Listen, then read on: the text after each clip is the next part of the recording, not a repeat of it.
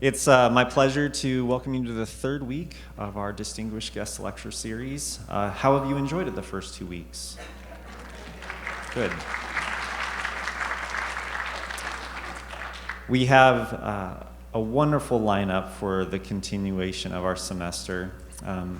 I wanted to thank Dr. Greg Jenks, who isn't here today, but again, he stepped in for the first 2 weeks as our faculty moderator for this semester. And now it's my pleasure to welcome Laura Hoffman, who is a longtime emeritus instructor with us, specializing in art history and photography, and who put together the speakers for this series. Laura is one of the nicest people you will ever meet, avid travel buff and excellent instructor who I think you'll really enjoy getting to know over the course of this semester. So again, without further ado, I would like to introduce Laura, and then she will introduce today's speaker. Thank you.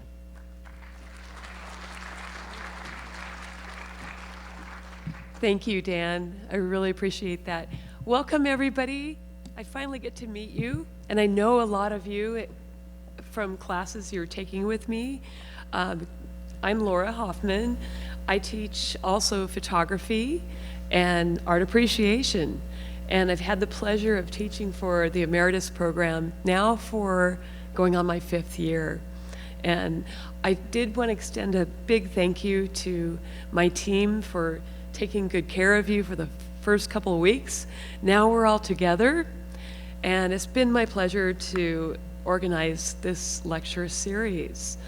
So thank you for being here. I know that you've been asked, how many people is this your first lecture series? So I can see. All right, welcome. You're in for a treat. And for those of you who've been going, you already know. So I wanted to take a little moment to introduce our speaker for today, Dr. Joanna Roche. And so I just want to tell you a little bit about her. She earned her PhD in art history from UCLA in 20th century art and contemporary theory. Her areas of research include contemporary performance art and assemblage art and the interrelation of memory and artistic process. Dr. Roche has published a book of poetry, as well as numerous essays and reviews of contemporary art, including an award-winning article on Joseph Cornell and Carolee Schneemann in the College Art Association's Art Journal. And I know Dr. Roche, she has been on the faculty at Cal State Fullerton since 2001. I had the pleasure of taking a class with Dr. Roche, and I found this subject so fascinating. I'm so excited she's going to be joining us today. I'll let Joanna have the stage and give Dr. Roche a warm welcome.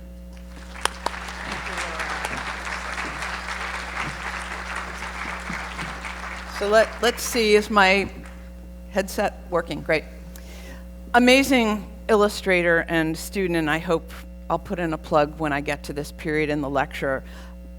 Gives a fantastic lecture on the psychedelic 60s and vinyl album covers. So thank you for being here today. It's my pleasure to join you, and let's get started. So I've kind of given you 2 titles, art historians. I'm a short-winded. I call myself the haiku art historian because I tend to be very short and succinct, at least in my writing.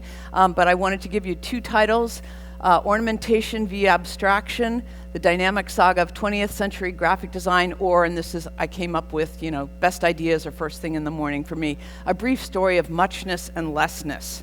So we'll start here with, let's see, get this going. Whoop. I don't use the clickers very often.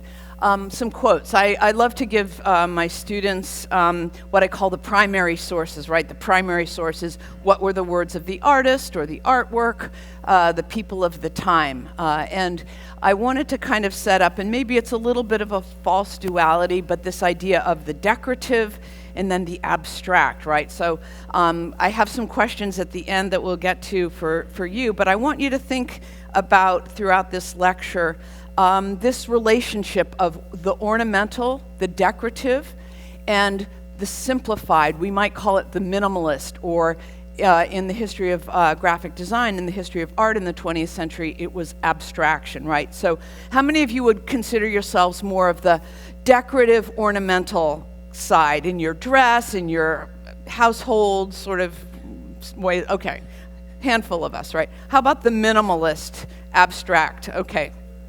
Maybe as we get older, we pare down, right? I told my daughter, the first half of your life is getting stuff. And the second half, or maybe the last third, is getting rid of stuff. So I feel like I'm in the getting rid of stuff style, but I really love ornament. And we'll see, not to give away the end point, but in the contemporary moment with the graphic designers that I look at the very end of the talk, there is a kind of fusion or unification, or almost a sort of anything goes if it's good mentality. So I'll be introducing you to some of the key figures in the turn of the century, of the last century, Art Nouveau, 1900 to today. So let's start with the less side. There are more of you in the abstract minimalist side camp. Maybe I'll convince you to become more decorative and ornamental in your approaches. But Mies van der Rohe, whose Barcelona chair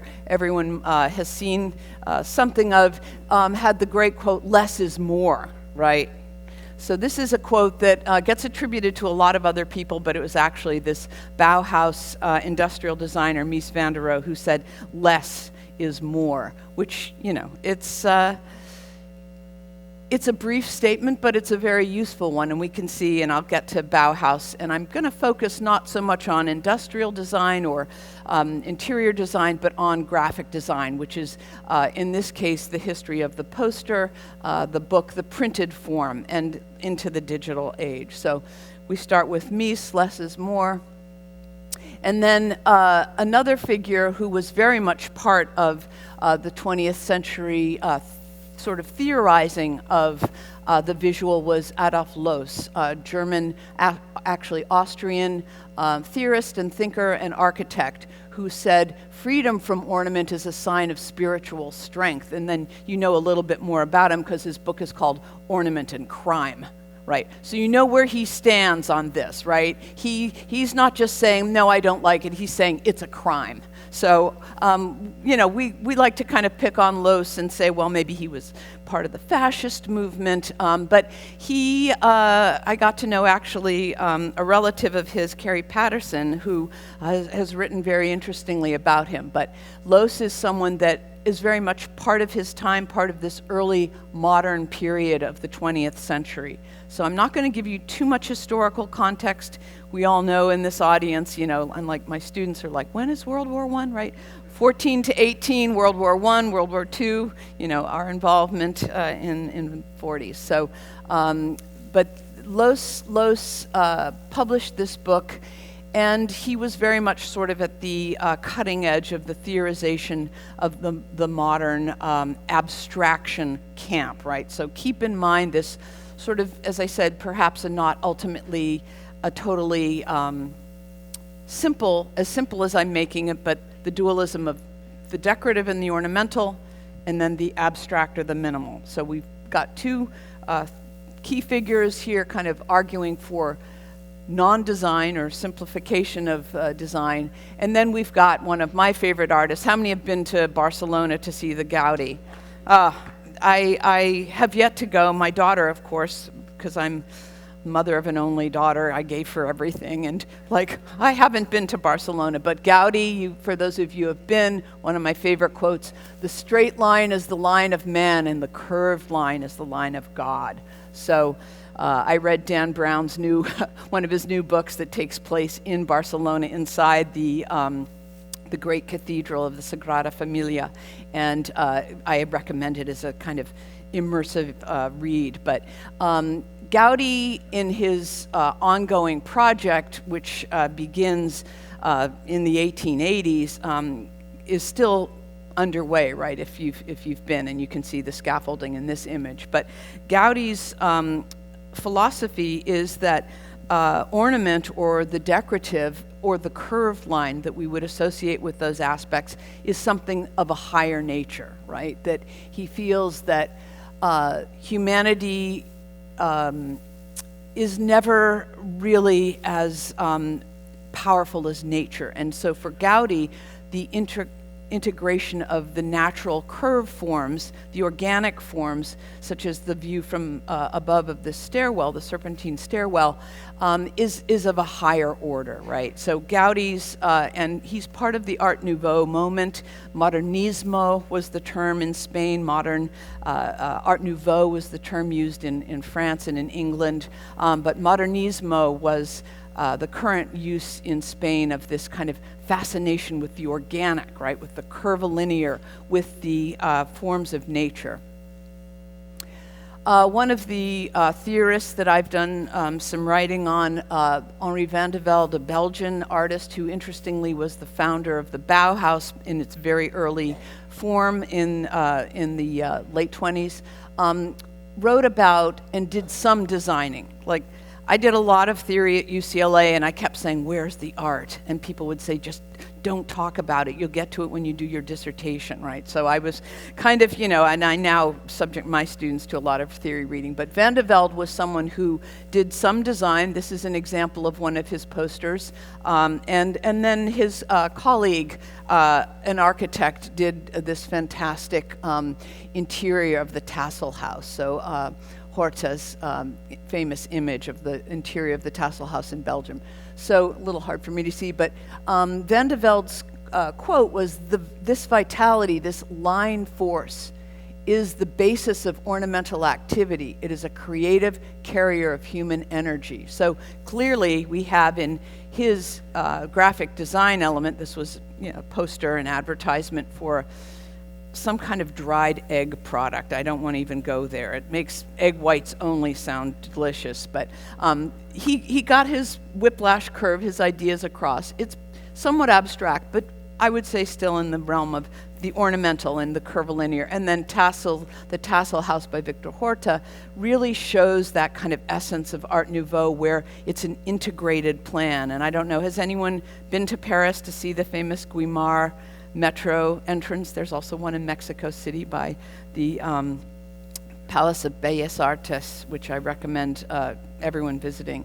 So this integration, and you can see here, and I'm kind of setting up this dynamic that you'll see throughout the 20th century of the ornamental and the abstraction. And there's kind of what I tell my students, a dialectic, move from one to the other. Los's antipathy to the ornamental comes out of his being kind of a product of and immersed in this period of time of the highly ornamental. So the Tassel House, everything from the chandeliers to the wall art to the floor tile to the wrought iron, everything is an integrated sort of visual experience. And this was something that Art Nouveau was very much about, was this integrated visual experience, and their belief too that every form should have both beauty and function. So we'll see how that plays out.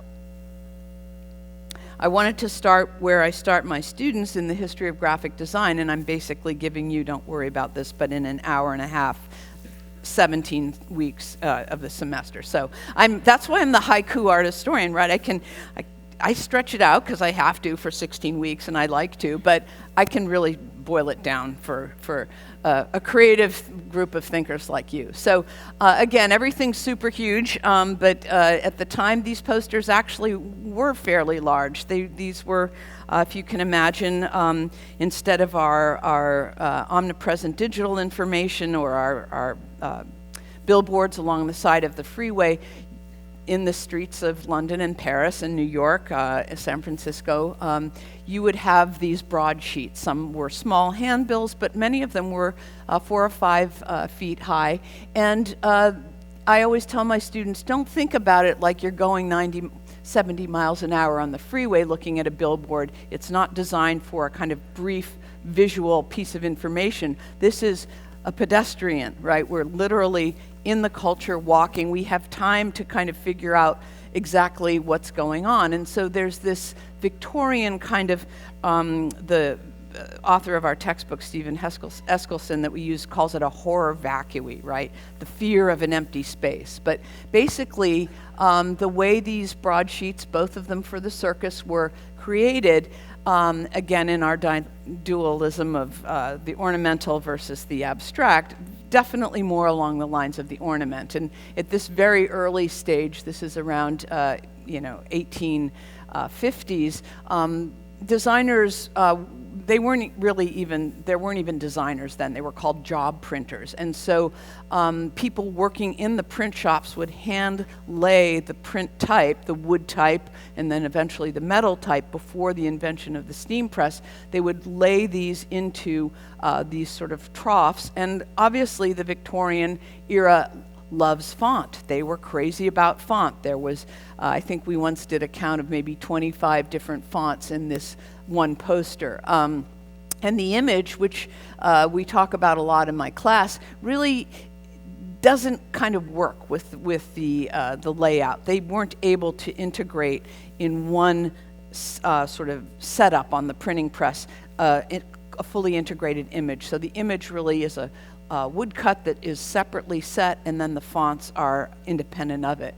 A little bit later in time, we can see what was the use of color, early chromolithography, where printers could work with the, still not quite designers, they were more job printers, but they could insert images a little more fluidly. This is all before the capability of the photographic image being able to be run off in mass production. So we have photography at this point in the 1840s, right? Photography starts in the early 1830s, but it's not until closer to the 1870s or 1880s that the printing presses can actually incorporate the photographic image. So these are woodcuts or simple engravings, and then all of this fabulous type. I call it the Monty Python look, right? Few students know that, but most of you, I think, will remember that British group of very kind of retro, looking back to Victorian, but group of performers and actors. So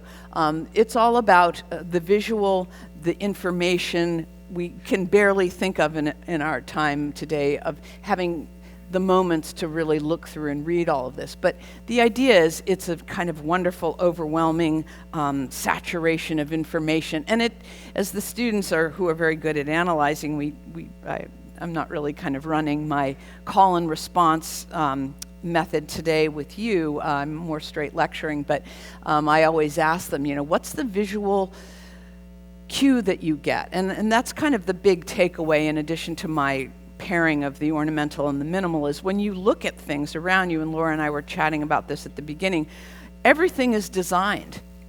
Obviously, the internet is designed, right? And maybe you, less than my students, are spending your lives on the internet, but our phone apps, our packaging, our signage, the visual environment, obviously our interiors and our industrial products and technology, but in terms of the graphic world, the world of the print media, or now the apps that we use, these are all designed. And so what I'm hoping part of your takeaway will be to, when you look at things, look at them with fresh eyes. How is your box of cereal designed, right?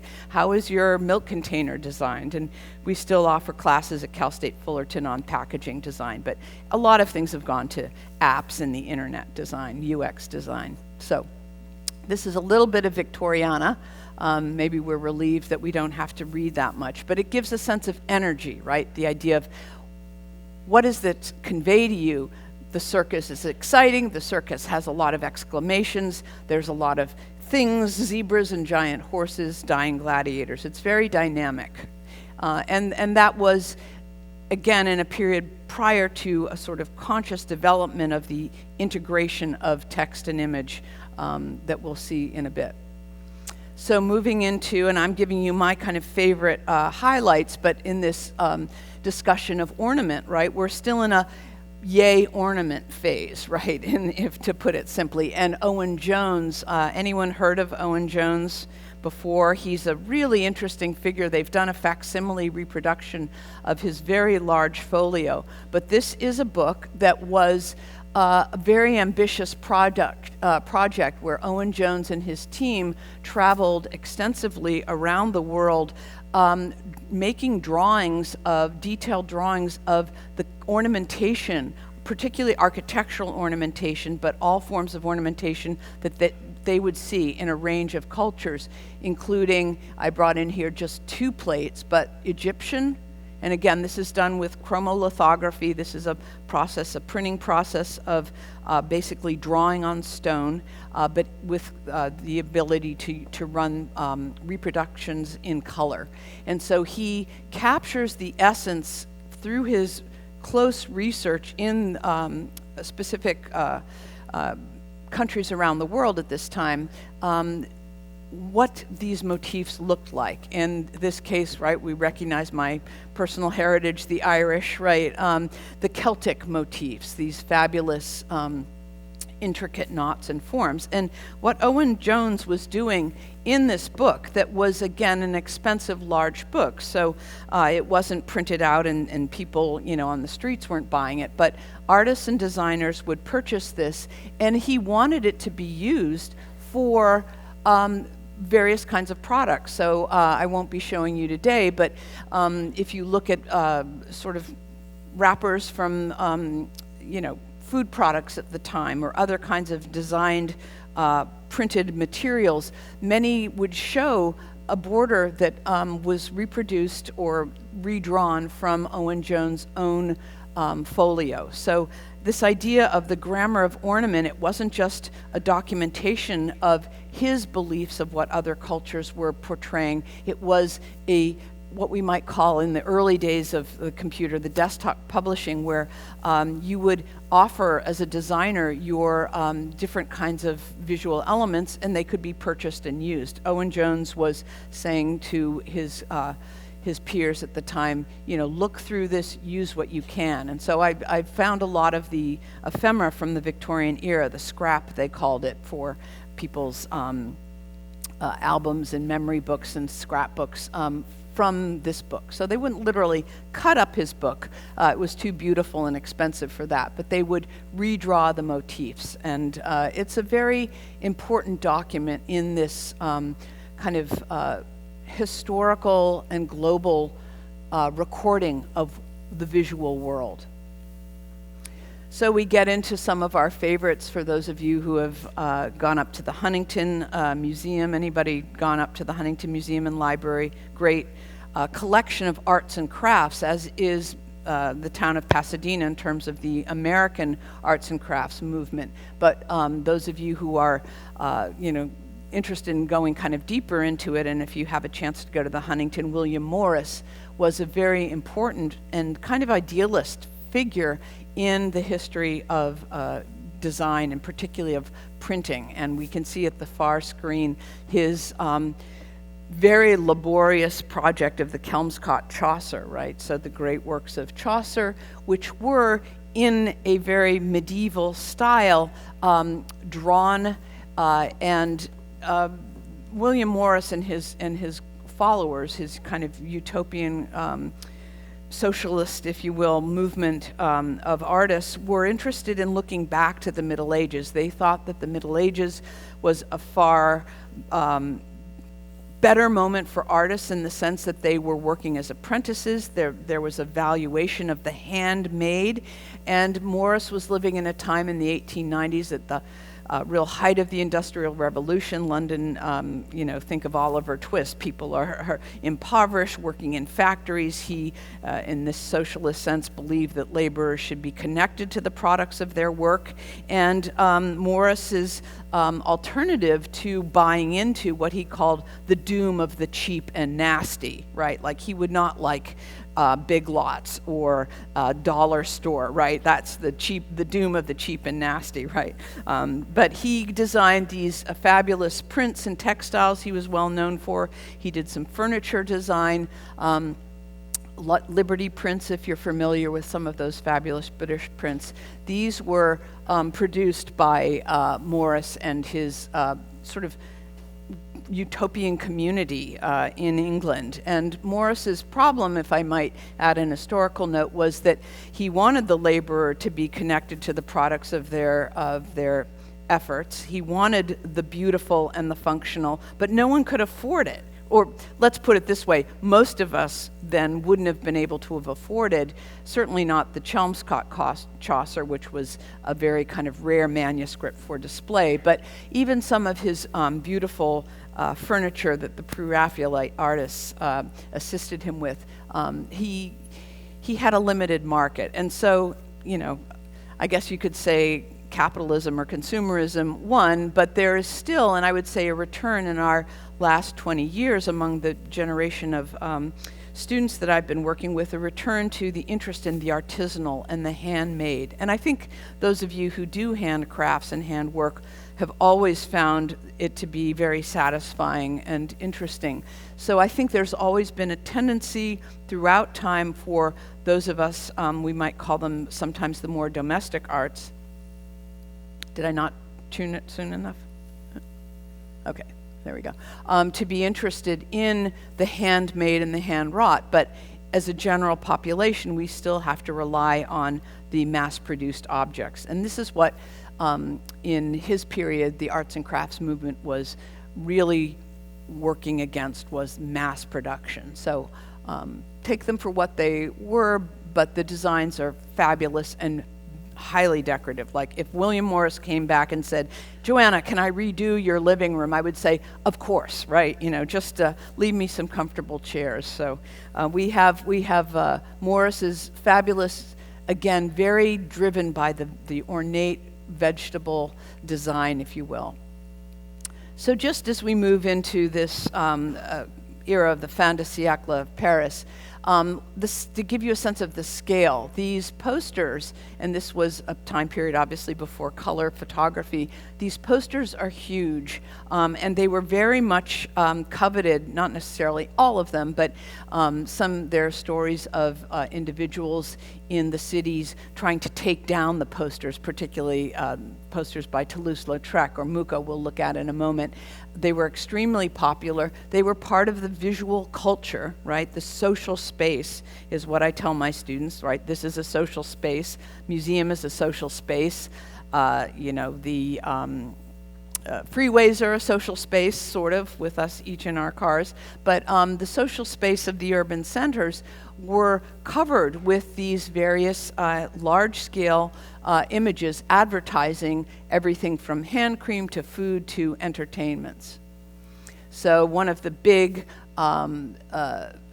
new developments at this time in the check my dates, 1880s, is the rise of the department store. Right now we think of the decline of the malls in favor of Amazon and online shopping rather than brick and mortar, but this is a moment in time in the major capitals, and if any of you have been to Chicago, it's a little bit later than this, but there's still some fabulous turn-of-the-century department stores. And Bullock's Wilshire, which is now converted to a law school, I found out the other day. But we still have some remnants, if you will, of these fabulous grand magasins, the department stores, where a public space was created for people to look. And the French have a great word for window shopping. They call it lèche vitrine, window licking, which I love. So that idea of like, I really want that. Like I go to South Coast Plaza and I look at Chanel or Prada and I'm like, I'll never afford it. I would never spend my money on it. If I have money, I'm going to travel. But I love the idea of window licking. But here's a mother and child, a couple here. And interestingly, and my professor, who is an Americanist at UCLA, talked about the importance of these public spaces for the change in women's roles. And so again, my main frame is to talk about ornamentation and minimalism, but I want to give you the history at the time. So here's an advertisement for this fabulous Saint-Martin, this grand magasin, great department store, and it was an attraction. It wasn't the circus, but it was a place where women could go unescorted often, here in this case with her child, or with one another, and spend the day, right? I remember my grandmother's favorite thing that she had me go to Gimbel's with her, any New Yorkers, right? We were in I'm in Westminster. We were in Westchester County, and she would take me to Lord & Taylor or Saks, and we'd go to the Birdcage for lunch. And so this idea of going for lunch, right? Ladies who lunch. But in this case, it was a safe public space, and it really, along with the bicycle, led to the rise of women's suffrage and women's liberation in a kind of indirect way. So the rise of these public spaces, social spaces, are very important. So my students love Mooka, right? And in fact, I had a grad student, super talented illustrator, working with the same professor that Laura worked with, who said, well, for my project for class, Joanna, I want to recreate a Mooka poster for Apple computers. And I was like, I'm interested, let me see what you can do, Renzo. So I didn't bring his image in, but he did a gorgeous rendering of two women looking longingly at the bitten apple. And when we did a critique, we said one should have been a male and one should have been a female, and then you could have recreated the Adam and Eve. But Mooka is a favorite, and in fact, Mooka, if anyone sort of calls to mind the complete adoration and immersion in the decorative and in the ornamental, for us, it's Mooka. And Mooka was a Prague origin Czech who comes to Paris as a young man and is working in a print shop. And the story goes that his big breakthrough is when Sarah Bernhardt, or one of her probably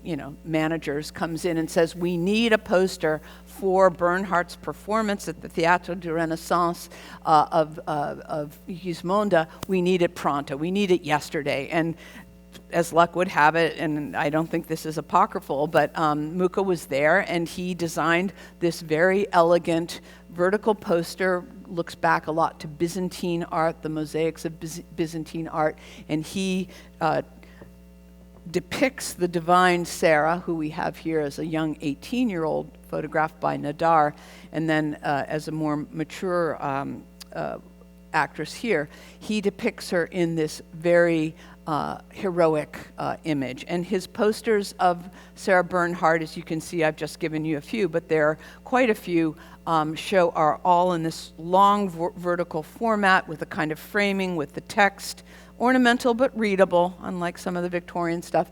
And then here she is in that trouser role. They called it of portraying the Prince of Denmark, Hamlet. So Mooka is all about what was called the macaroni curl, right? The Job cigarette ad, these ornate curls. So the organic, the interest in the floral and vegetal motifs, the curvilinear lines, that philosophy of Van de Velde, of the whiplash curve, the energy force of the artist. He believed that the hand of the artist held a vitality and an energy, a line force that was individual. And Mooka was an exemplary figure in this way. He designed jewelry, he designed interior of a few of these fabulous Art Nouveau era spaces, but he was mostly known for his great posters of Sarah Bernhardt. So these are all things that you might want to look into later.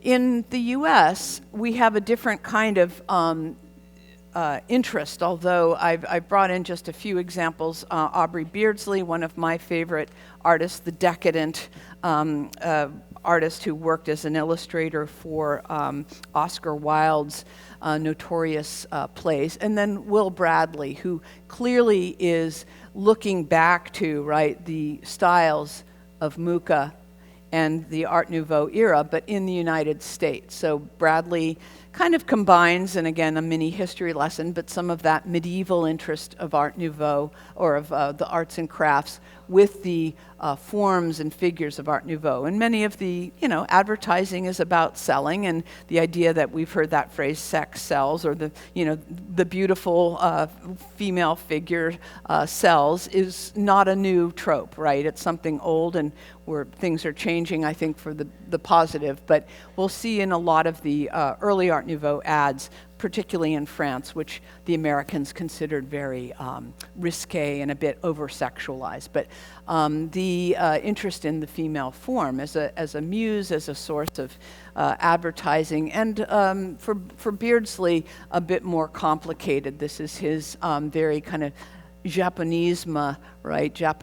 All things Japanese were very popular at this time. There was an influx of prints and other objects, but Beardsley is here designing for Oscar Wilde's rendition of the story of Salome. And he kind of gives us a very stark, he worked a lot with black and white, and Beardsley is he's a little sinister, but he's wonderfully interesting, and he has a great sense of humor in many of his book illustrations. So these are examples of Art Nouveau outside of Paris, but again, you can see this interest in the ornamental and the decorative forms here, and each artist has their own distinct sort of visual style.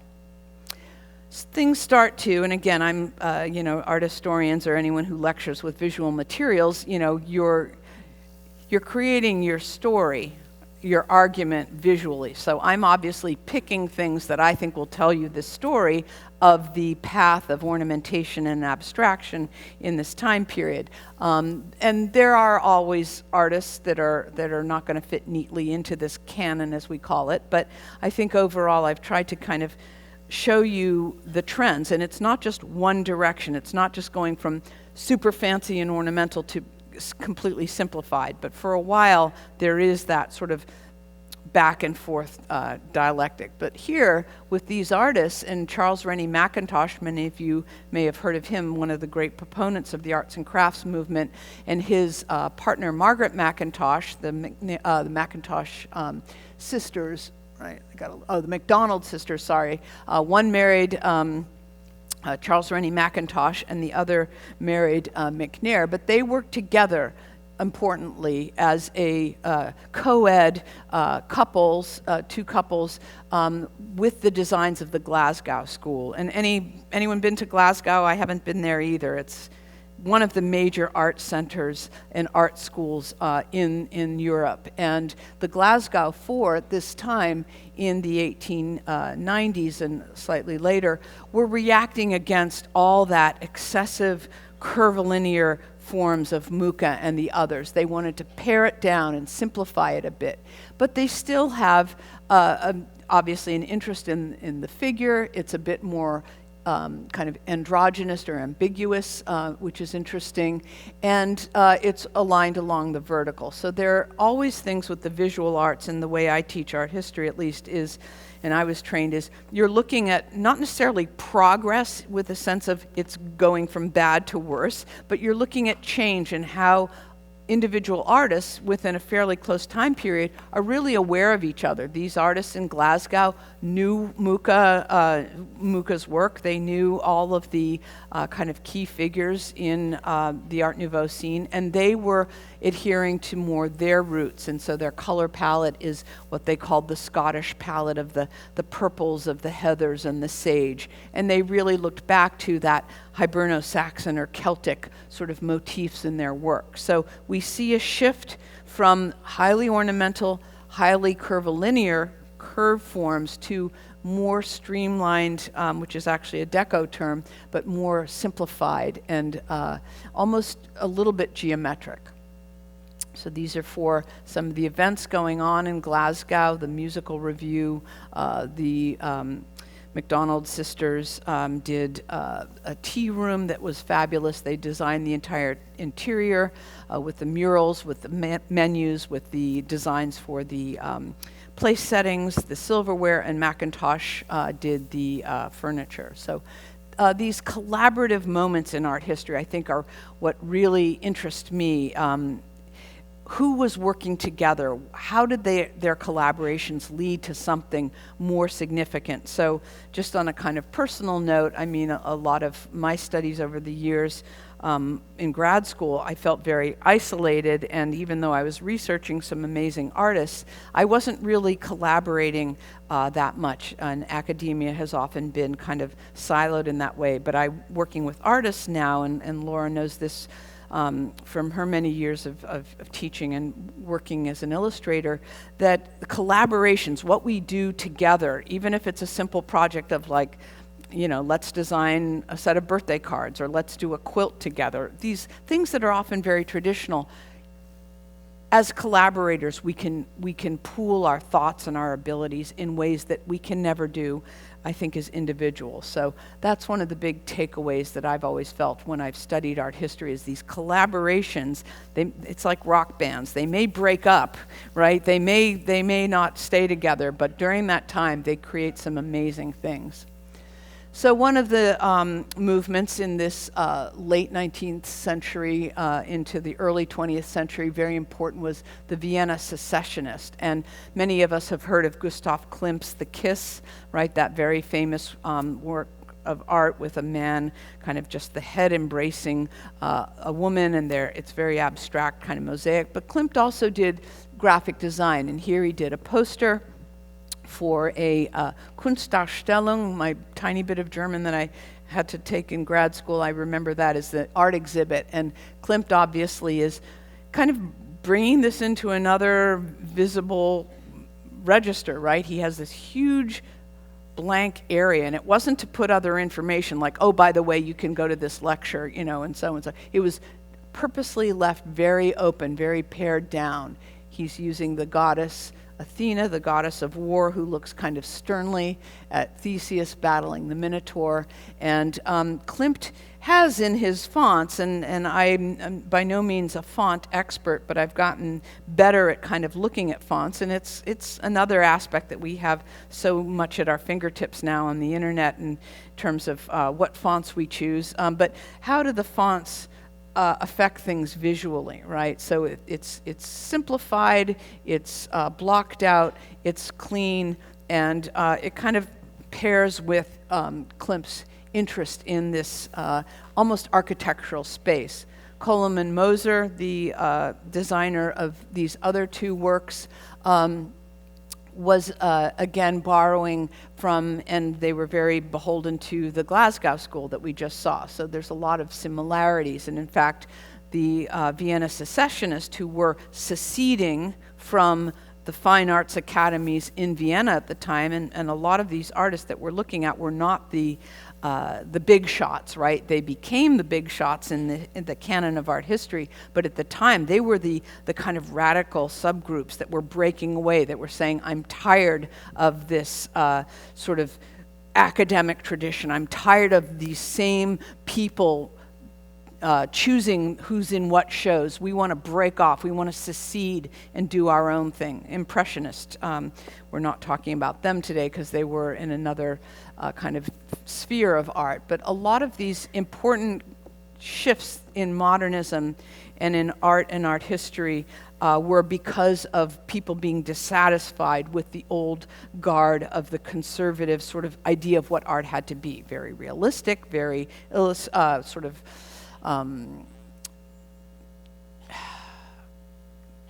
a lot of replication in a sense of seeing the world. I don't want to go into a big critique because it's a sidebar. But the secessionists developed their own publication, Ver Sacrum, Sacred Spring, and they created these very beautiful works of art in this square format journal. And, it's kind of if you want to look at it as a trajectory or shift, the secessionists are borrowing from Art Nouveau with images like this, the kind of floral motifs, but they're simplifying and paring it down and going for a more geometric look. And this is in direct response and challenging the dominance of Art Nouveau, which was huge all around the world in the turn of the century, 1900.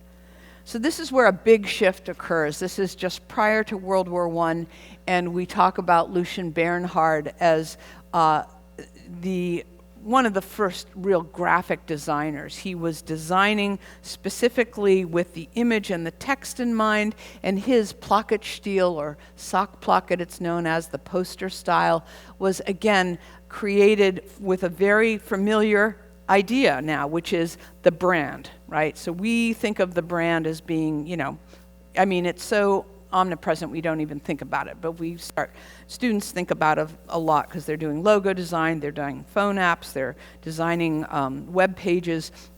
The brand is all, and we don't even need to know that the Super Bowl is Sunday to know that we're going to be getting a lot of really top-notch and interesting brand imagery for that event. But Bernhardt's style was the object. His very first one was Priester Matches, was the object, the matches, and the name of the company. And I brought you just in a couple other examples: Stiller Shoes, Adler Typewriters, and then one of his colleagues, Hans-Rudi Ehrt, designed, students always struggle with this because they have no idea what that big O is, but I know you guys know. What is that O representing? It's a tire, right? And students are like, no, there aren't tires that are big white circular forms. I was like, old style tires, and people think that's the chauffeur, and I'm always like, no, that would have been the guy driving the car with the goggles, with the open hood, and yeah, it's kind of one of those moments you have with students where you realize, oh my God, I'm really old and I know so much more than they do, and I'm just got to think the way they think. So I tell them that the O stands for Opel Cars, O is the tire, and this is a kind of abstracted version of the driver being happy with the product. And Ehrt, interestingly, we're not looking at wartime propaganda today, but he also designed, in this case, a movie poster that was talking about the importance of the German U-boats, and with an example in the horizon line of a British ship being sunk. So these are German nationalists, in the case of Ehrt, whose style, this poster style, this simplified style, was being used in wartime propaganda as well. That's a whole separate kettle of fish. So Priester Matches, the first time they saw this, it was, again, the visual world was still at this time about ornateness and the decorative and much more narrative, like, okay, someone's smoking a pipe and lighting the match and, puffing away or whatever it was. And so when the company Priester, who had a competition that they sent out to young designers, saw Bernhardt's submission, it got thrown in the trash. And this is a great story. Students are very inspired by this because someone, an important figure, the story goes, leaned over, picked it up out of the trash can. How often does that ever happen, right? Picked it up out of the trash can and said, no, this is the one. This is it. This is perfect. And this was, in a sense, a very bold and big step that influenced graphic design and advertising to our present moment. So a lot of students, I have them do a final poster where they can repeat a historic style with an updated idea, and they love to do this because they think they're going to get it off easy because it's a really straightforward thing. So they do a Starbucks coffee mug and a stir, and it's like, no, not good enough. So I tell them, if you're going to do the poster style, the plaquette style, it's got to be really good. So this is a very big shift in that simplification. There's not a lot of information. We don't see a lot of organic forms. We certainly don't see a lot of semi-clad women advertising the body for the product. We just see the name and the product. So probably one of the biggest figures in history of graphic design. Now we come into an era that everyone loves and the author of my textbook hates. For whatever reason, Eskilsson doesn't like Deco, and I think it's because he feels that it was a modern style that came about in the 20s through the Exposition des Arts Décoratifs, which was very much about modernist style, and it got commercialized, and it became sort of glamorous and about kind of a glittering, beautiful world. I think that's why I love it, right? I think of American Deco particularly, and Joseph Binder here is one of the, let's see if my laser pointer works. Oops, sorry. Yeah, Joseph Binder's fabulous combination for the Christmas issue of a skyscraper, New York skyscraper, that also looks like a Christmas tree, and it kind of embodies that elegance and refinement and luxury of the Deco era. And Deco is complicated. There's a European Deco that tends to be more simplified and more tied to modern art, Picasso and Le Corbusier and others. But when it hits America and when it hits consumer culture, public kind of consumption, it tends to be this sense of both, I would say, the geometric forms here, the simplified lines, but also this really kind of fabulous glamour element. Erte, dozens and dozens. When I was choosing images for the PowerPoint, there were hundreds of images of Erte's, and he was one of the most well-known European designers who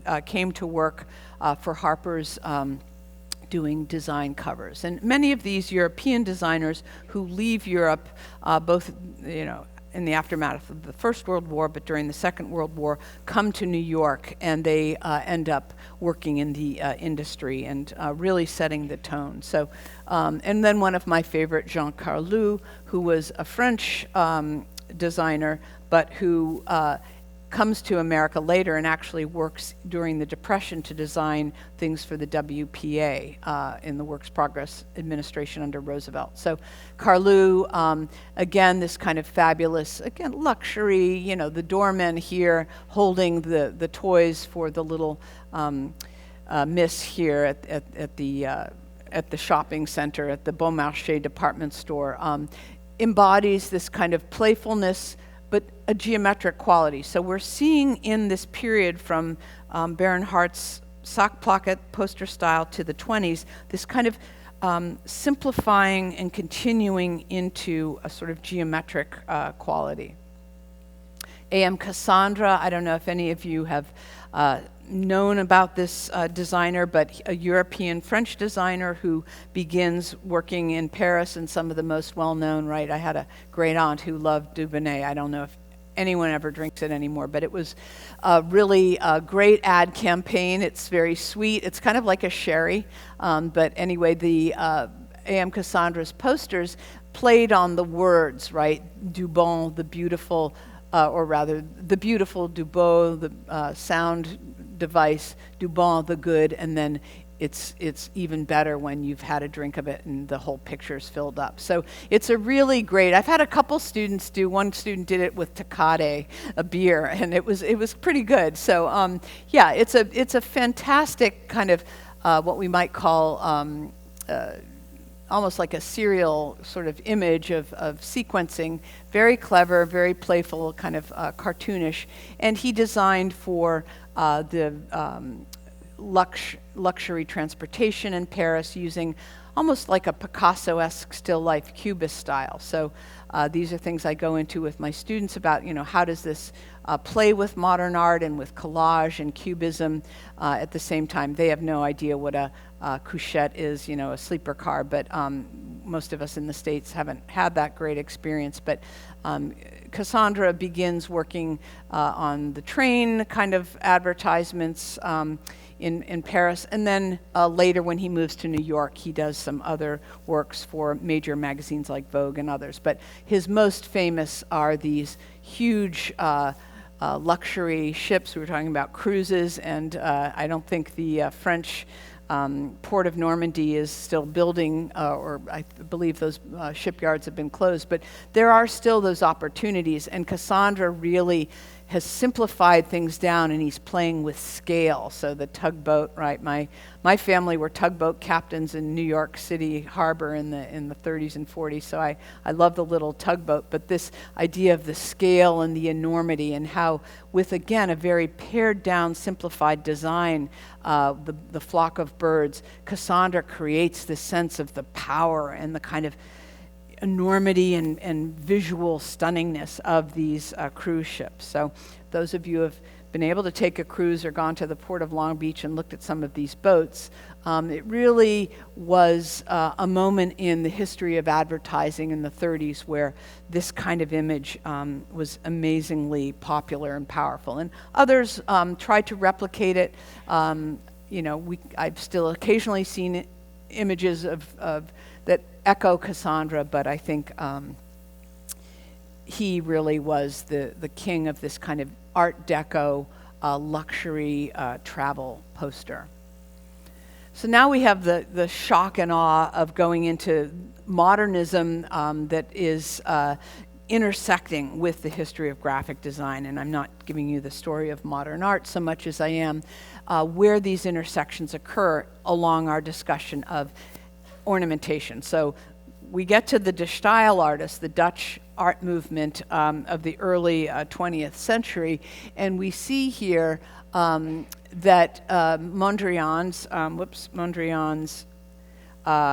famous primary color geometric images are completely they've completely eliminated ornament. Adolf Loos would have loved it. He said, no crime in this painting, right? He didn't say that, but he would have loved it. So Theo van Doesburg and Piet Mondrian were part of this group of intellectuals, theoreticians, and artists who, interestingly, and it took me a while of digging to find stuff that I could tell the students that would kind of get them interested, because, you know, we can love Mondrian, and it's certainly seen, but it's a kind of dry sell, right, to students. But they were interested in this idea of a universal harmony, and it was a little bit...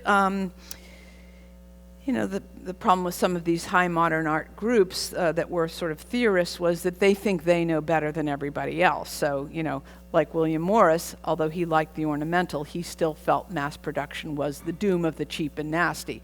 The De Stijl group wanted the simplification of forms. They wanted simple, clean colors, verticals and horizontals, the grid. They wanted these very pared down images, and some of them were architects and interior designers as well, because they felt that this allowed for a sort of universal harmony, right? A utopian vision. You know, again, this may appeal to the minimalists in the room, but I don't like being told how I should design my interior the Corbusier's phrase about his architectural designs, which were part of the De Stijl movement, was a machine for modern living. Well, big surprise, the people in the 1920s, the working class people and middle class people were like, don't tell me what a machine for modern living is. I want my old throw rugs and my shawls and my overstuffed chairs. So their architecture was really kind of in spirit and again, a kind of intellectual structure. But some of the manifestations of their design I love. This was an artist working with De Stijl named Bart van der Lek, who I asked the students, can you figure out what this is? And we usually make it to figuring out, okay, this looks like a guy, and down here there's some kind of objects. Well, the De Stijl advertisements don't really work in terms of selling the product, because I suppose if you were Dutch, you would know that this is actually salad dressing, right? So this is a product, you know. It's a tough sell, and I had one student say, I would love to go to Albertsons and see this kind of design on my salad dressing. Like, I would buy that, and I was like, okay. I think it's one of those cases, and I love them for it. They really did try to implement their theories of universal harmony and simplification into some practical things. We just aren't sure how Plantanet Delfta, whatever it is, I can barely, Delphia sold. But this was someone happily eating their salad with the product. So slightly even more difficult read, but this was for their magazine, so they're allowed for their own publication to, kind of be as abstract as they want. But this is the De Stijl magazine, and this is what's called an axiometric drawing, a drawing of house plan from above. To architects in the room, forgive me for simplifying it, but this was their logo. It was a view of a building that they had designed as a group. So, you know, the practical applications sometimes of these more theoretical, modern, abstract movements are always interesting to look at. Some of my favorite groups, the Russians, right? And, we don't want to get into contemporary politics of Ukraine and everything that's going on, but one of the heydays for, I would say, the artist as contributing member of society in a very utopian moment was the Russian Constructivists. And this is the great artist Rodchenko for two of his advertisements. Again, these would have been small posters, but this is for a bookstore. So she's basically saying, comrades, come and read these books. If there's anyone who knows Russian in the room, please fill me in. But she's basically calling out for the public to come come and join her to read in the bookshops. And for this one, Rodchenko, film was a very new and important media. Many of you have maybe heard of Eisenstein and some of the other early Russian film directors, but cinema and film was very important to the development of modernist thinking. And montage, which is in this case this is a painted version of a photograph because they didn't have photography and they didn't have much budget, but the use of a photo montage was extremely important and considered very innovative. So here we're seeing a political moment in time. The Russian constructivist artists like Rodchenko and others are throwing aside the traditional methods of painting, of oil paint, of sculpting in bronze and marble, all the things we love to look at the Getty, and they're saying, no, the artist must be a worker for the state, the artist is a contributing citizen, we want to use materials that are, and they didn't have any money either at the time, but we want to use inexpensive materials, and we want to show our solidarity, and so artists weren't kind of using elevated materials or elevated in status, but they were artists as constructors, artists as engineers. They sometimes even eschewed the term art. So they were very much working for the cause at the time of the rise of the early socialist state. These are quite interesting Russian film posters. As again, I mentioned film was hugely important, the Stenberg brothers. And what I love about these is there's a bit more narrative going on here. So even though, yes, the artist was an engineer and a constructor using simple materials at their disposal, there is more of a story. So this one, think of 20s films, the man with the gun pursuing the woman who's escaping, and who knows what the guy at the top is doing. He's probably the hero, right, structurally. And these swirling forms, again, very pared down, very simplified, are based on a critical monument, and I wouldn't be a good art historian of the 20th century if I didn't tell you that this monument to the Third International, which was planned as the headquarters of the Communist Party in the early rise of communism after the revolution, it never got built. It was structurally impossible, but they did a great, I think this was about 30-foot high model of it in wood by Vladimir Tatlin that became so famous it was kind of the logo of the communist revolution, and it was on shirts and on posters, on everything. And then to my art historian's eye, I see it being replicated quite subtly in these film posters. So the monument to the Third International, the plan was to have the three ministries here, so the executive branch, the judicial, and then I think the top branch was the propaganda ministry. So that tells you a lot about the priorities at the time. So anyway, this is Ziga Vertov's fabulous film about kind of a day in the life of contemporary city in Russia, and he's got a little bit more skin showing here, right? The fabulous woman who I don't even remember. I've seen Ziga Vertov's 3-hour film, and I don't remember anybody doing a kind of cabaret number like this, but it's very dramatic, and it really captures in a graphic sense what the film was about, which was sort of looking at the city in depth. So these are, again, in our kind of discussion of abstraction and decoration, I would say they're not quite as party line, to pun, as the Rodchenko images here. They're not all about the worker state and the simplified image, in this case of the female worker. They're a little bit more what we might say Hollywood. This is obviously Russian cinema, but they're still using these very abstract forms, the simple lines and orthogonals. German expressionists, so I always tell students it's not like it goes in a clean progression. There's things overlapping times and interests. We know from, not that distant a past about German films, and I think some of the great ones, the Cabinet of Dr. Caligari, and then Metropolis, which I tried to screen once. It's again one of those 2.5-hour silent era films with captions. I had students walking out, so it was like, okay, A, that's really rude, and if I knew your name, I'd ding you, but B, I get the hint, it's boring, okay, I won't do it. And then a friend of mine said, oh, I saw it at UCLA and they had a live organ going and it was so fabulous. And I was like, you probably brought snacks and took a nap. But, my students not into it, but they love this poster. So this year, when I do my poster assignment and everyone can pick an historic style, I had anime posters of this for the film Persona in a shocking green and black. It was fabulous. I had a student do a Clockwork Orange version that didn't quite work. But anyway, there was a lot of interest in this image, and I think it's partly because we have...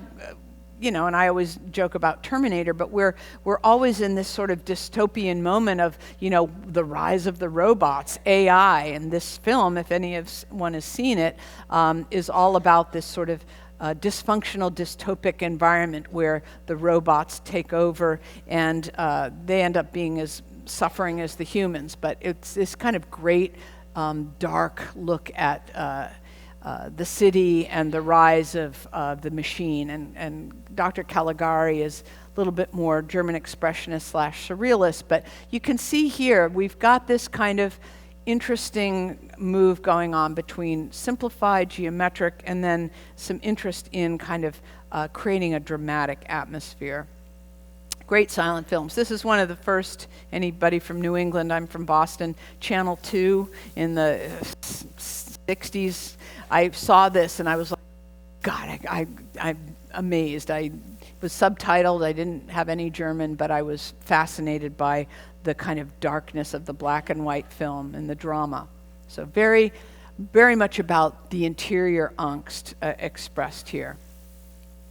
So Bauhaus, this is a movement that art historians and architects and designers are always in love with, and the Museum of Modern Art, as founded under director Alfred Barr in the 30s, is partly responsible for that. But it's also a really wonderful moment in history in the sense of the design. So this is a school that begins in Weimar, Germany, and moves to Dessau, the more industrial capital, closes in Berlin. Hitler closes it down in 1933. But the Bauhaus was all about our model, right, of training students. So architecture was at the center. The students weren't, in fact, constructing buildings.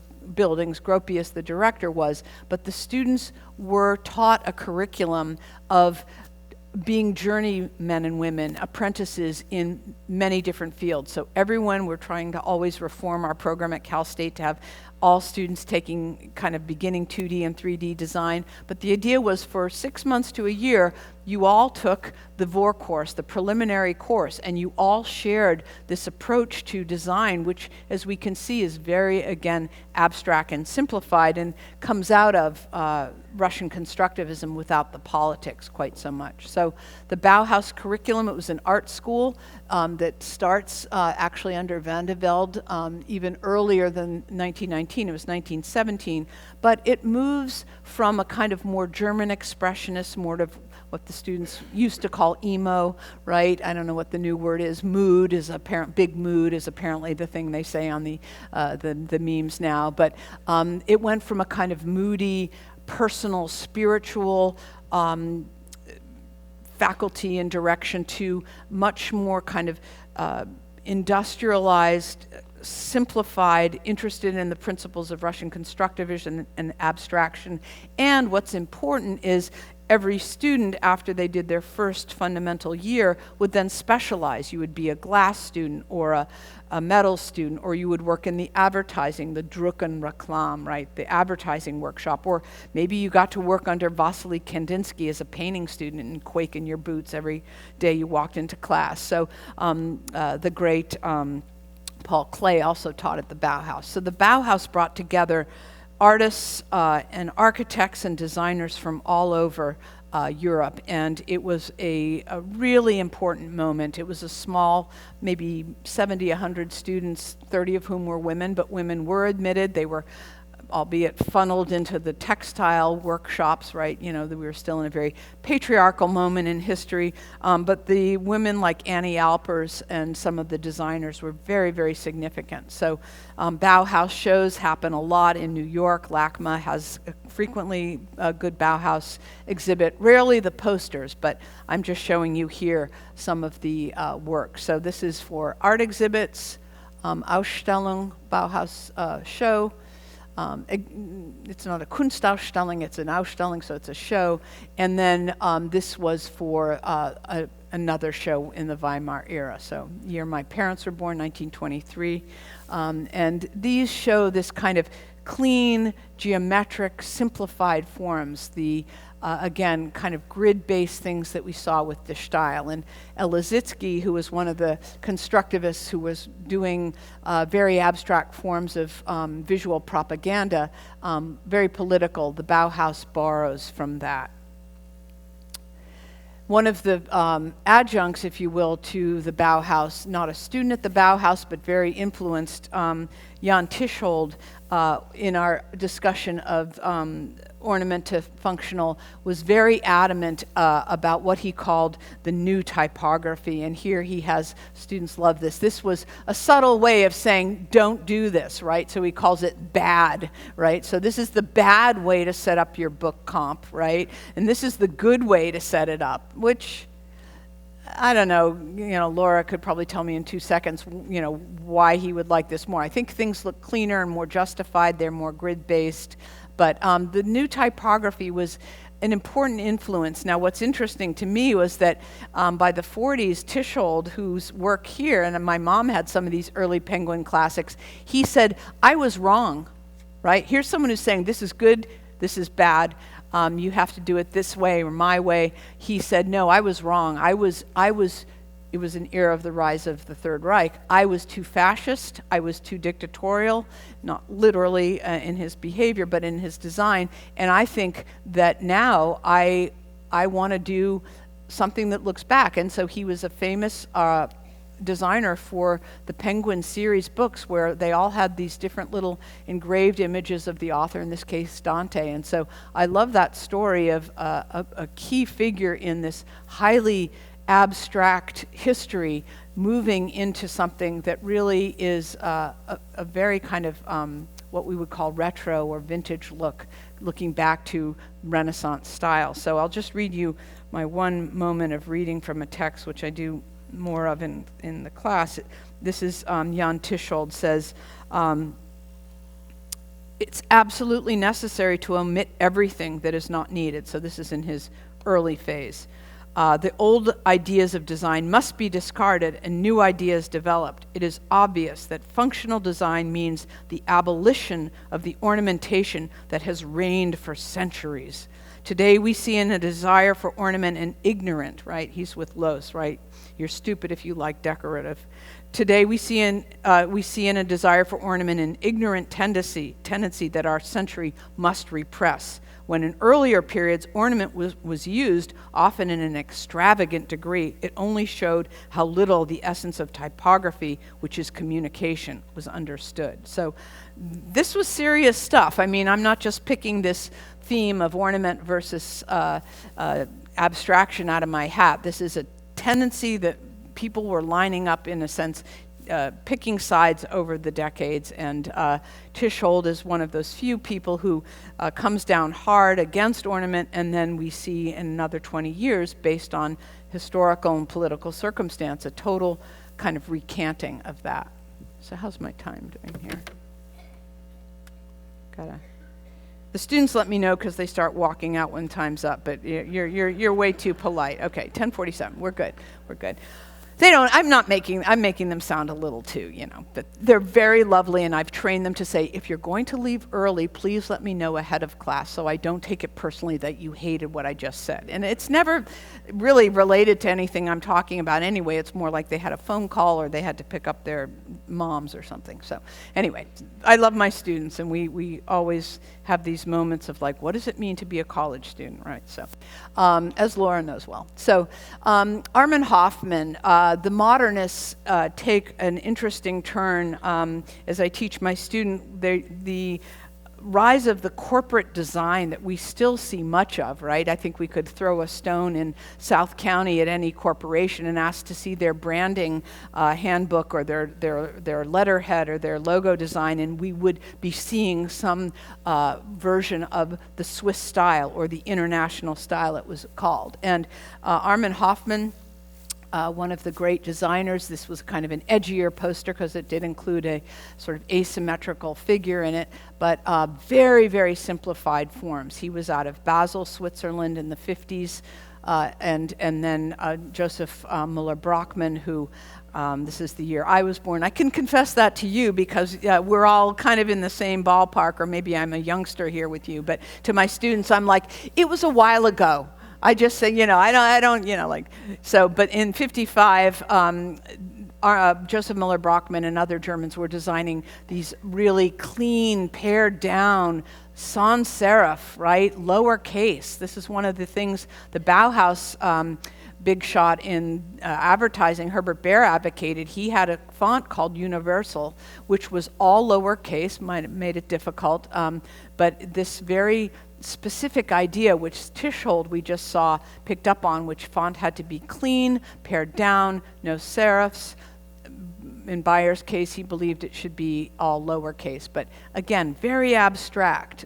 So Hoffmann here includes this fabulous swirling photos. A lot of students love to do this for their assignment, from films to sporting figures, and it's straightforward, it's clear, it really is in that kind of direction of simplified, clear communication. Very, very important. A neutral discourse of commercial communication. So the Swiss, right, I'm Swiss as well as Irish, they claim neutrality. The story goes a lot of the Nazis had their money banked in Switzerland, so how neutral is neutral, but we don't want to go into geopolitics, even though it's in the past, but I always question what does neutral really mean. But this was the idea behind this, what became very corporate style. And you can see why it's useful, right? It's clear. We know the product, we know what it's saying, it's straightforward, it's readable. So 50s in our wheelhouse now, historically, things that we can still see at play. One of my favorite American artists who worked in the film industry, Saul Bass. He also designed the AT&T logo and many other logos.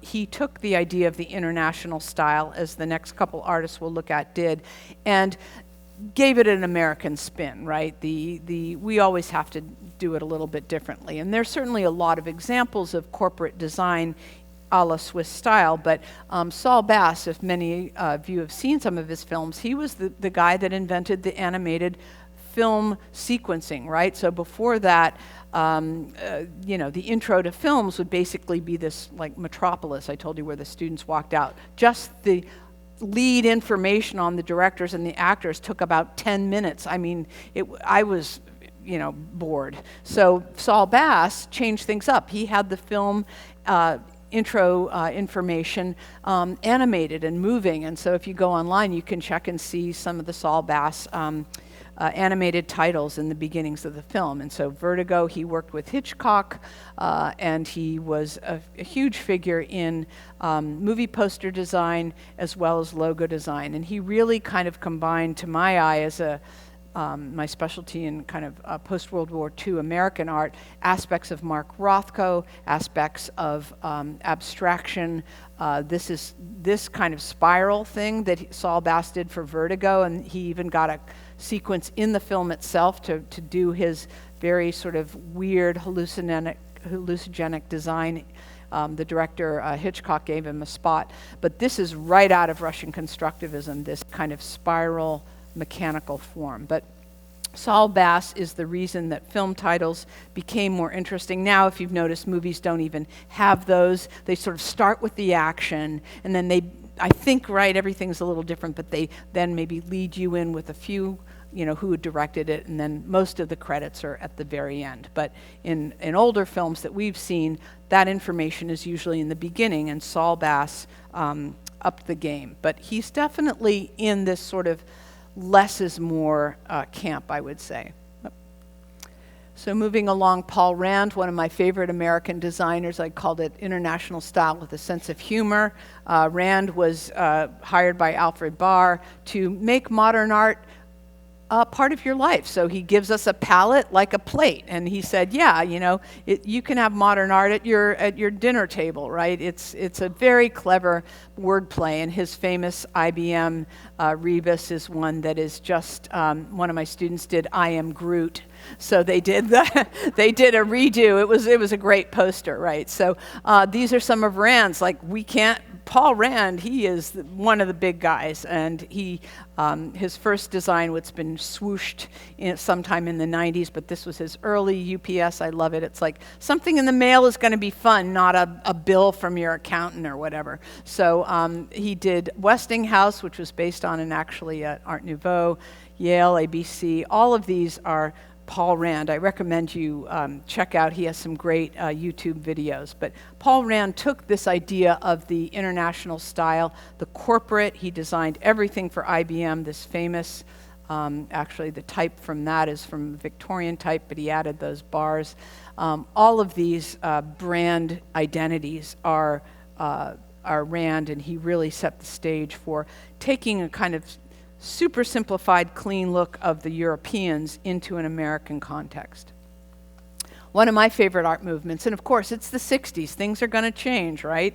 This is Laura's area of specialty for her great lecture on album cover art, but the Pushpin School, and many of you may have heard of Milton Glaser, who is still in his 90s, going in every day to the firm. As he said, I'm not producing as much graphic design, but I'm still going in every day. And Milton's poster that was included in the Bob Dylan album was one of, I forget the actual print run, but it was the most circulated and well-known posters at a point in time. And somebody tells the story of going in the 60s or early 70s to the Brazilian Amazon on a very remote trip and going into the lodging of a local person and seeing the Dylan poster by Milton Glaser. So Milton Glaser's most famous one is I Heart New York, right? Which, again, great videos about and talks with Milton Glaser. But his group that was developed in the mid-50s rather, and still is run by Seymour Quast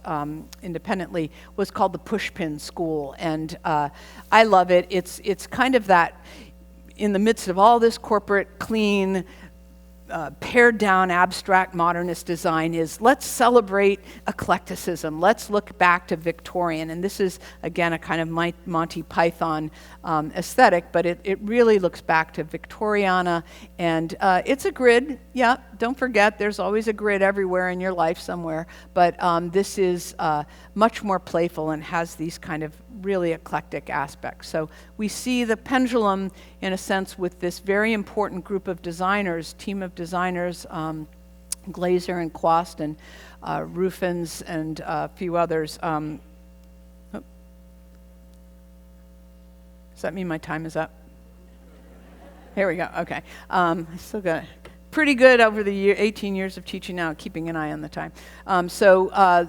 These are very much part of the aesthetic of the 60s, and I did a little research and realized that, as my dad would say, quoting Ecclesiastes, there's nothing new under the sun, Joanna. But this was a profile. Originally, Marcel Duchamp did a self-profile in black on white that Milton Glaser, as a good designer, knew his art history, and he said, I like that, I'm going to do that. I never got a quote from him saying that he'd do that, but he took the Duchamp idea and then he added this influence from Islamic art, very highly ornamental, curvilinear. So we see a bit of Art Nouveau coming back here in these super famous studio, small independent New York studio that is huge in the history of design.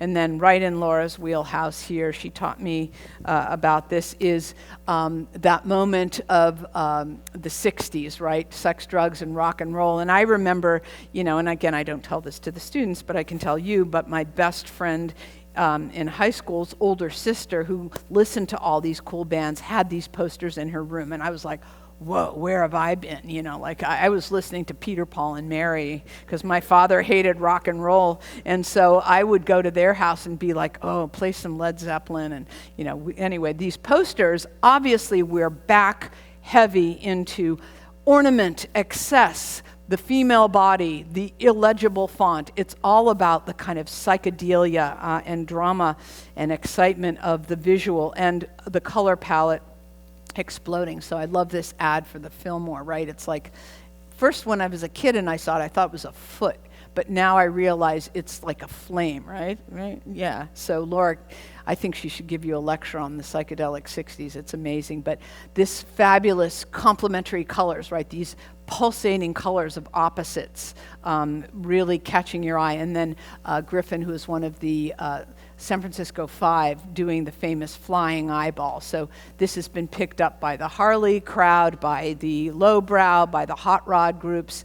Southern California was a big locus for the lowbrow scene, and Rick Griffin is one of these figures who, again, it's not about legibility, it's about the excitement of the font and the visuality and the kind of, you know, startling images. And then this one by one of my favorite psychedelic 60s designer, Victor Moscoso, and the Miller Blues Band. And he uses, again, this, what we haven't talked about, but kind of op art style with a very almost Art Nouveau feeling to the body, but the colors, right? The colors are all these psychedelic colors. And this was, again, not a corporate market. These are for rock bands, concerts. It's gotten picked up, and obviously this is the great thing about design, is that good designers today look back to the past, and I want to catch up to that moment. So postmodernism, getting you closer to the moment, big discussion. Are we still in postmodern? What are we in? I personally tell my students, I don't know what we're in, it doesn't matter, just know that there's a lot of different influences. But Paula Scher, there's a great series on TV called Abstract. I don't know if you've seen it, but check it out, it's on Netflix, and they have an episode where Paula Scher talks about her work, and one of her most famous posters and key to postmodernism, I tell my students, is looking back, appropriating, and she literally, what we would say, rips off legally, although there were some questions, an early Swiss design poster by the artist Herbert Matter, and it was like a big inside ha-ha, right? Graphic designers, yep, she's doing Swiss modern travel posters for Swatch, and a lot of people hated this poster, a lot of people loved it, and students get this because they get the idea of, we might call it recycling, we might call it appropriation, we might call it ripping it off, but it's like, again, looking back to the past with a kind of sense of irony, and also acknowledging. Paula Scher, a lot of noise, a lot of imagery, a lot of fonts. This is her very important series that she did for the New York theater groups, and she talks about that in her film short. But this is all about, I would say it's starting that trend towards bringing in a lot of what we might call ornamentation or busyness, but also with a kind of grid abstraction and simplification. So she really encapsulates the sense of funk, the sense of design, and what's happening in this theater scene in New York in the 90s. Huge designer, really important. Barbara Kruger, some of you may know her. She does the work at the LACMA BCAM, the contemporary art space, and she's designed the elevator. She came from a background in graphic design in New York in the 70s, and she was a designer for Vogue and Good Housekeeping and Elle magazine, and she took her graphic design knowledge into the art world and created these large format, again, posters that I tell students, like, when it's red and white and black, think the Russians, right? So she's looking back to history. Shepard Fairey, we know, designed from an appropriated photo from Associated Press. He got into a lot of lawsuit, hot water, but it also gave a lot of visibility, and his poster for the Obama first campaign is in the Smithsonian now. So sometimes appropriating things gets you a lot of recognition, and it's a really clean design that's been used in a lot of ways. So moving into today, looking back to the past, looking at some of these earlier political movements, looking back, Shepard Fairey looks back a lot to the history of graphic design, but in this case he's kind of channeling a simplified version of a photograph that was widely distributed. So moving now back to my original discussion of kind of this relationship of abstraction and ornamentation. Two artists that are from the 90s era, Catherine McCoy, and I love these quotes. The challenge is for the graphic designer to turn data into information and information into messages of meaning. And McCoy, now working with her husband in a private firm in Kansas City, was head of one of the most important design schools in the country, the Cranbrook Academy in Chicago. And I talked to students about the complexity of her designs and how she's working with font, she's working within a grid, but she's really doing a lot of complicated things that are, in a way, kind of characteristic of our time, in that we live in a very complex visual time. Not only are we bombarded constantly with images, hence I turn off my phone and the television from time to time, but she's kind of embodying this issue of how do we convey information. Keeps warning me, right? Here we go. So Catherine McCoy is giving us some complex information about data and meaning. I would say she's still on the kind of abstractionist end, but she's making us think. April Greiman, great local LA graphic designer who recently said, yeah, she's retired out to Joshua Tree and she's designed a hotel, which, wow, isn't that fun? You go from being top of the heap in the graphic design world in LA, and she studied with Armin Hoffman in Switzerland, and now she's in Joshua Tree designing her hotel brochures. You know, she's very active and interesting artist. Again, design must seduce, shape, and perhaps more importantly, evoke emotional responses. So I would call her definitely a postmodern eclectic artist, where she's got aspects of pop, she's got aspects of the grid, she's got the psychedelic 60s color, she's channeling the Bauhaus here, she's doing a lot of different things with her design at this point in the 90s. So again, these dualisms that we saw earlier in the century of the ornamentality moving into this abstraction are starting to get combined in interesting ways. I wanted to end with two designers that I met this past summer. They go by Sonnenzimmer. My German wasn't good enough and they had to tell me what it meant, and it was the lovely name of sunroom. Right, the sunroom. And so the couple, married couple, Nick Butcher and Nadine Nakanishi, are Chicago-based designers, and I'm using them to close with this, I think, very lyrical and beautiful work. Go online. They do a lot of posters and silkscreen. They are instructors at the Chicago Art Institute school, which is how I met them. But their work really is an amazing combination of what I would call a kind of ornamental excess, but with this very simplified form. And it's like McCoy and Greiman's work, it's not quite clear at first what we're seeing, right? This is a little bit more simplified, very lyrical, but there's a lot going on, but it brings us in, right? It does engage us, and we want to spend time looking. And these silkscreen works, which are done in very small editions. They're not mass-produced. Sonnenzimmer is always trying to get speaking gigs because they're, barely scraping by. But they do some of the most important musical and art events in the Chicago area and globally. And they're just a brilliant, brilliant, kind couple. And I at some point when I get a raise, or maybe with my wonderful honorarium for today, I'll want to support them and get a print and put it in my house and get a cheap frame from IKEA because I can't afford good matting. But put it up and look at it, because this is the kind of design that I feel like now it's not for a company, it's not for a store, but it's for the arts. And I'll close with their comment: the graphic arts predate the siloed disciplines of fine art and applied art. We like to think of our work as finely applied graphics. We are graphic artists working in the 21st century, and there are more surfaces than ever pulsating. So very poetic and lyrical. So Nadine and Nick, I had the pleasure of spending a lot of cups of coffee with them talking about their work, and to me it was a great ending. I was thinking, how do I want to end this lecture? And I was like, I know, Sonnenzimmer, because they bring together this sort of beautiful, natural, organic world in a very kind of clean, streamlined, abstract way.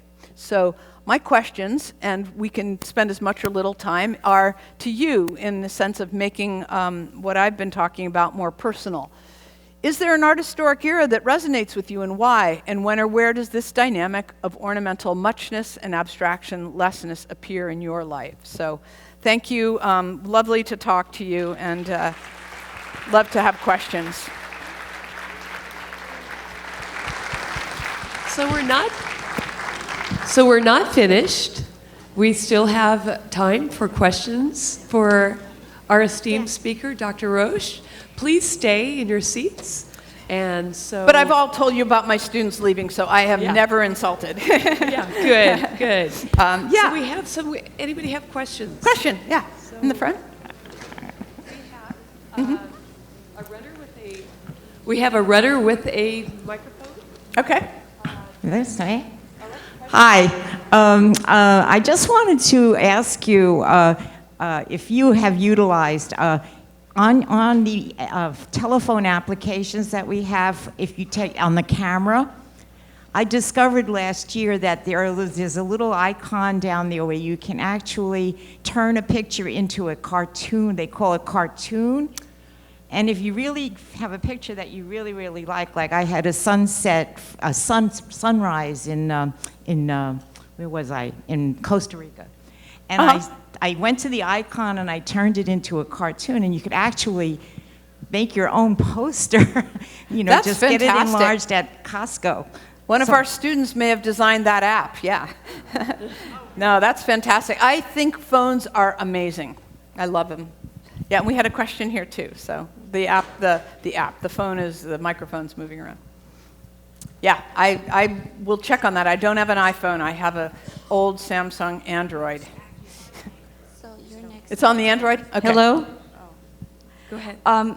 As you were going through the slides, I was thinking, Uh-huh. I think it was Paula Shear. Yeah. When you saw something that was left over from earlier, when is plagiarism or copyright infringement, how does that work into things? Well, the stats, I believe, are it must be modified 15%. It depends. It's very complicated. That's why we have lawyers working on things like Disney is very particular. Students don't appropriate Disney because they have Disney. People are looking online for things. So yeah, it's a really good question. She did not get into any legal hot water, unlike Shepard Fairey, who did. But there were people who raised questions about the ethics of it. But I think the resolve on this one was that it was changed enough that it wasn't considered a copyright violation. But yeah, I mean, if you want to address it too, it's a really interesting question.